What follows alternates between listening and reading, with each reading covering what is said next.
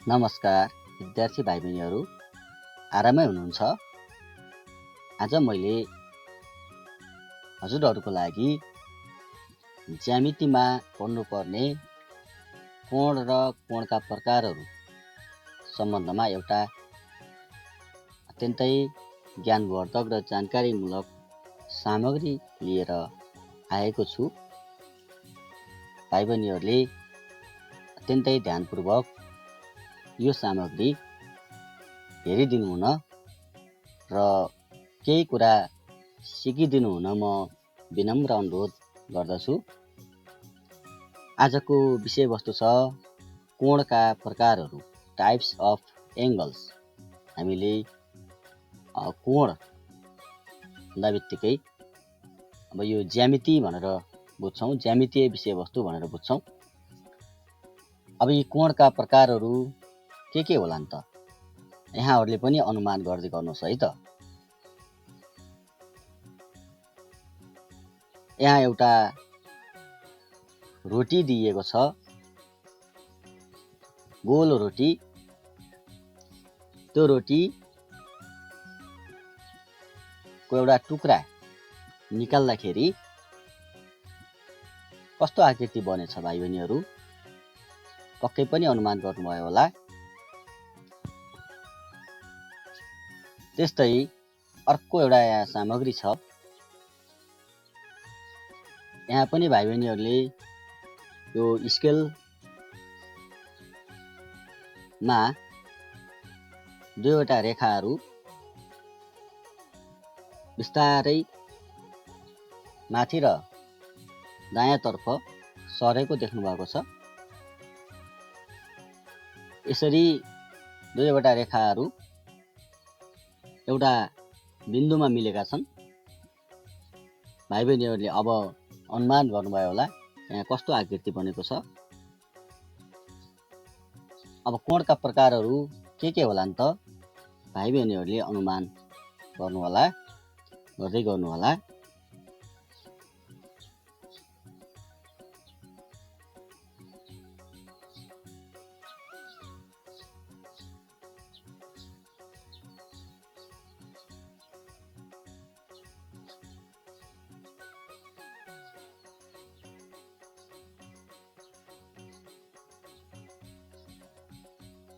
अब याद गर्नुभयो त कोणका प्रकारहरू के होलान्? र हजुरहरूलाई कोण भनेको के हो भन्ने कुरा पहिला जानकारी हुनुपर्ने हुन्छ। कोणको परिभाषा याद गरिसकेपछि मात्रै हामी कोणका प्रकारहरूमा जानेछौँ। ल हेर्नुहोस् त भाइ बहिनीहरू, यहाँ दुईवटा सरल रेखा अथवा किरणहरू एउटा साझा बिन्दुमा मिलेका छन्, जसलाई हामीले शीर्षबिन्दु भनेर भनेका छौँ। त्यो साझा बिन्दुमा मिल्दा वा काटिँदा बन्न जाने कुनोलाई हामीले कोण भनेर भन्दछौँ। यहाँ हेर्नुहोस् त, दुईवटा किरण अथवा रेहरू एउटा साझा बिन्दु भर्टेक्स, जसलाई हामी भर्टेक्स भन्छौँ, शीर्षबिन्दु, त्यो शीर्षबिन्दुमा यिनीहरू मिलेका छन् र ती दुई रेखाहरू अथवा किरणहरू त्यहाँ मिल्दाखेरि एङ्गल बनेको छ, एउटा कोण बनेको छ। त्यो कुनो बनेको छ। त्यो कुनो जुन छ भित्रपट्टिको, त्यो कुनोलाई नै हामी कोण भन्दछौँ।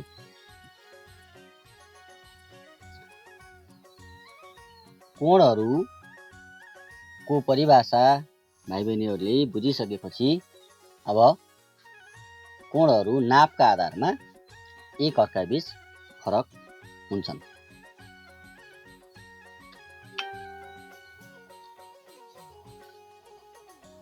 अब यहाँ अर्को एउटा कोणको पहिलो प्रकार यहाँ दिएको छ, जसलाई हामी समकोण भनेर भन्छौँ, राइट एङ्गल।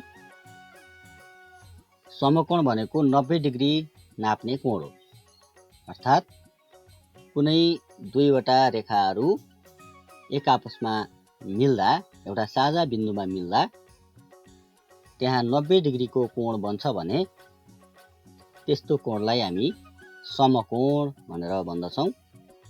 समकोणले यल आकार बनाउँछ। सामग्रीमा पनि भाइ बहिनीहरूले देखिराख्नु भएको छ।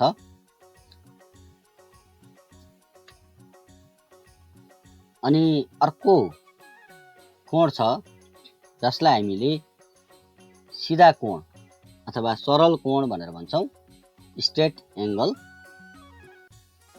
दुईवटा किरणहरू अथवा रेखा सरल रेखाहरूले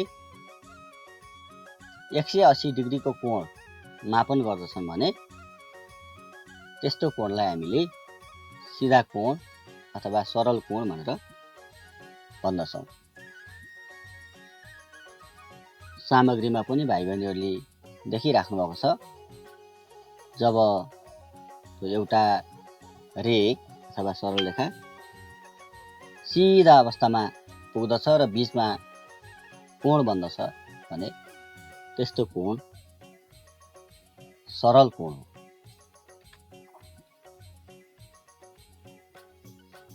त्यस पछाडि अर्को कोण छ न्यून कोण, एक्युट एङ्गल। यो यस्तो कोण हो जुन 90 डिग्री भन्दा कम मापन गर्दछ। समकोण हामीले अगाडि हेरिसक्यौँ। 90 डिग्री बनाउने कोण समकोण, तर 90 डिग्री भन्दा सानो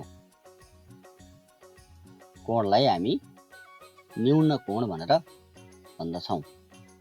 दुईवटा सरल रेखाहरू एउटा साझा बिन्दुमा भेट हुँदा 90 डिग्री भन्दा सानो कोण बन्दछ भने त्यस्तो कोणलाई न्यून कोण भनेर भनिन्छ। त्यस्तै 90 डिग्री भन्दा बढी तर 180 डिग्री भन्दा कम मापन गर्ने कोणलाई हामी अधिक कोण भनेर भन्दछौँ। अधिक कोण अर्थात् अब्ट्युज एङ्गल। दुईवटा सरल रेखाहरू अथवा किरणहरू एक आपसमा मिल्दा वा काटिँदा 90 डिग्री भन्दा बढी तर 180 डिग्री भन्दा कम डिग्रीको कोण बन्दछ भने त्यस्तो कोणलाई हामी अधिक कोण अथवा अब्ट्युज एङ्गल भनेर भन्दछौँ।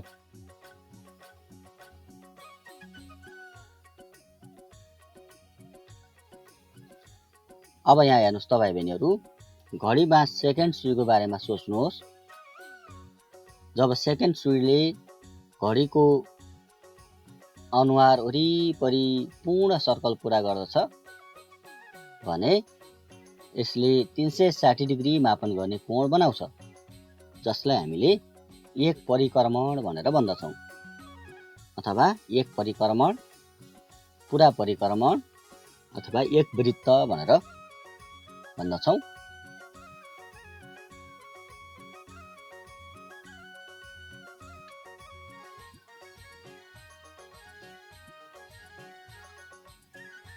अब हामीले अहिलेसम्म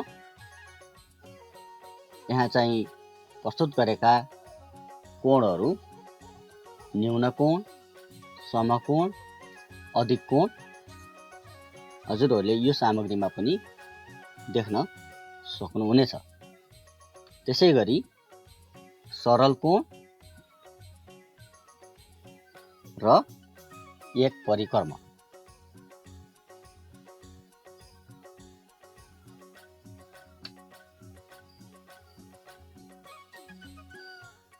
तर हामीले अझै कुरा गरेका छैनौँ कि सरल कोणभन्दा ठुलो र पुरा परिक्रमणभन्दा सानो कोण पनि छ कि छ भने त्यस्तो कोणको नाम के होला, त्यो कोणलाई के भनिन्छ होला। सरल कोणभन्दा ठुलो, 180 डिग्री भन्दा ठुलो र पुरा परिक्रमण अथवा 360 डिग्री भन्दा सानो कोण पनि छ कि छ भने त्यो कोणको नाम के होला। ल हेर्नुहोस् त भाइ बहिनीहरू, 180 डिग्री भन्दा बढी तर 360 डिग्री भन्दा कम मापन गर्ने कोणलाई रिफ्लेक्स कोण भनिँदो रहेछ। दुईवटा सरल रेखाहरू अथवा किरणहरू एक आपसमा मिल्दा वा काटिँदा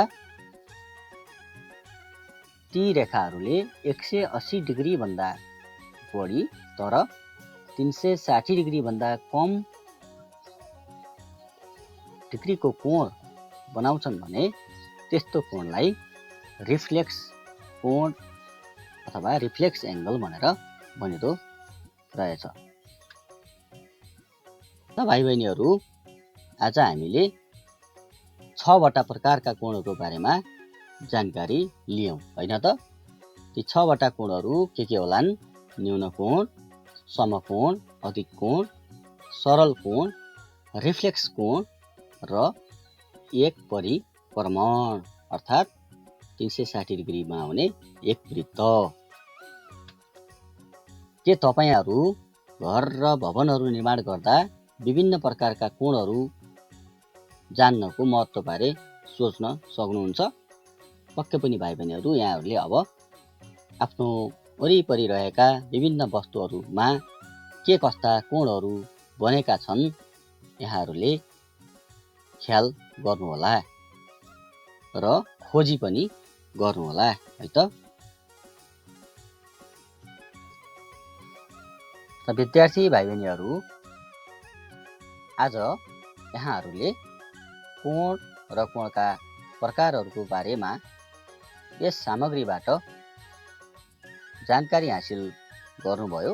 पक्कै पनि मलाई विश्वास छ यहाँहरूले कोण भनेको के हो र कोणका प्रकारहरू, नापको आधारमा कोणका प्रकारहरू के कति हुन्छन् भन्ने बारेमा अब यहाँहरूले बताउन सक्नुहुनेछ। यहाँहरूलाई यो सामग्री के कस्तो लाग्यो? प्रतिक्रिया, सल्लाह सुझाव दिँदै गर्नुहोला। आजको यो सामग्रीबाट म यहाँहरूकै शिक्षक देवी प्रसाद शर्मा बिदा चाहन्छु। धन्यवाद, नमस्कार।